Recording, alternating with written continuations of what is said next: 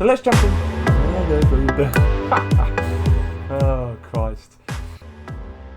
Welcome back to the channel. Thank you for joining me, guys.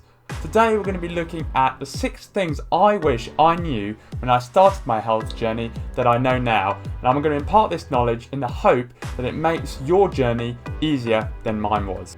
So let's jump straight into it with tip number 1, and that is setting a schedule for your exercise rather than a broad plan. So what do I mean by this? A broad plan would be going to the gym or exercising outdoors or whatever your preference is 3 times a week. Now, that's admirable, but it may lead to the following problem. Monday comes around, I've got another 6 days, I'm not feeling it today, I'll do it tomorrow. Tuesday comes around, and you can kind of see where this is going. Wednesday comes around and you push it back and back and back until you get to the end of the week and you haven't done as much as you originally planned to. That is the problem with a broad plan of going 3 times a week.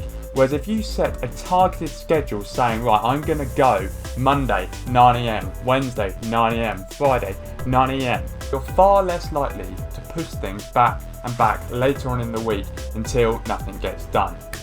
So tip number 2 then is fairly similar in nature to tip number 1, and that is planning your food ahead of time. Using something like a tracker app. LiveSum is a good one, which I mentioned in my last video. Sit down the night before and plan out what you're going to eat for the next day. By doing this, you're reducing the opportunity to make on-the-spot impulse decisions the next day, of which those decisions might not necessarily be the healthiest of choices. So admittedly, those two are quite similar in nature, but they do get different from here on out. And tip number 6 is probably the most important, so stick around as I discuss that later on in the video. But jumping in straight into tip 3 then, is don't get too caught up on fad diets. Do what works for you.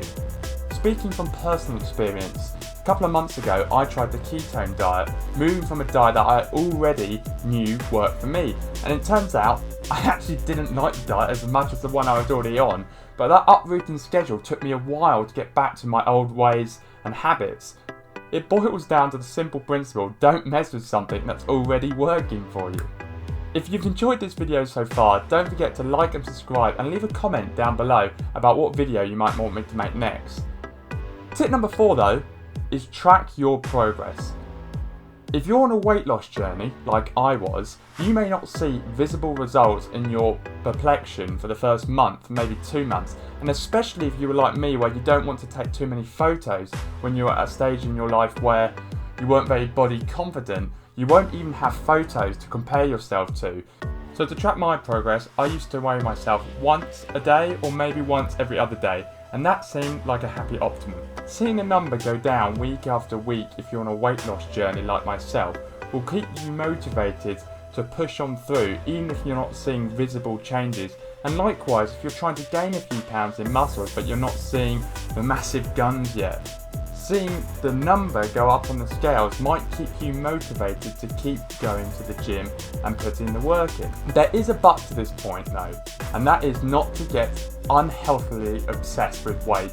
About 2 months into my journey, I got to a point where I was weighing myself 3-4 times a day. This is not what you want to do. Do not do this. This is an unhealthy obsession with your weight. Daily fluctuations come from water and food weight, and you really don't need to be weighing yourself 3 or 4 times a day. Go out, do something different. Don't weigh yourself that much. It's obsessive. You don't need to do it. So tip number 5 is a little bit more deep in nature, and that is you need to switch from a mindset of a diet, which is temporary, to a mindset of healthy living, which is more long-term and permanent. By doing this, you'll be making decisions now that you'll be able to sustain for the rest of your life, or at least the foreseeable future. The problem with a temporary mindset of a diet is a lot of people cut their calories back to a point which is not sustainable long term, and they maybe lose weight for the first 2 months, 3 months until their will does crack and they go back into old habits. If you had the mindset this is going to be a long-term journey for you, you'll make the right decisions now that you can continue to implement day in, day out until old age. So tip number 6 then, as mentioned earlier, is potentially the most important, and that is do not punish yourself.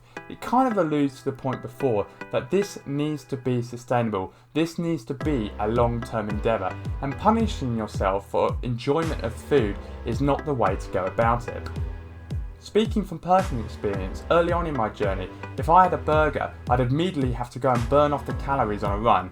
Do not do this, guys. You need to make this sustainable and work for you. Punishing yourself over enjoyment of food not only ruins the experience of eating, but it also leaches into the exercise side of things as well.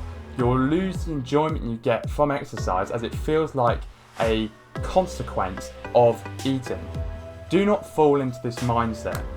If you are still feeling guilty about having foods that you enjoy that are maybe not that healthy, put it into your weekly meal plan. So rather than just making a plan for the day ahead, make a meal plan for the entire week.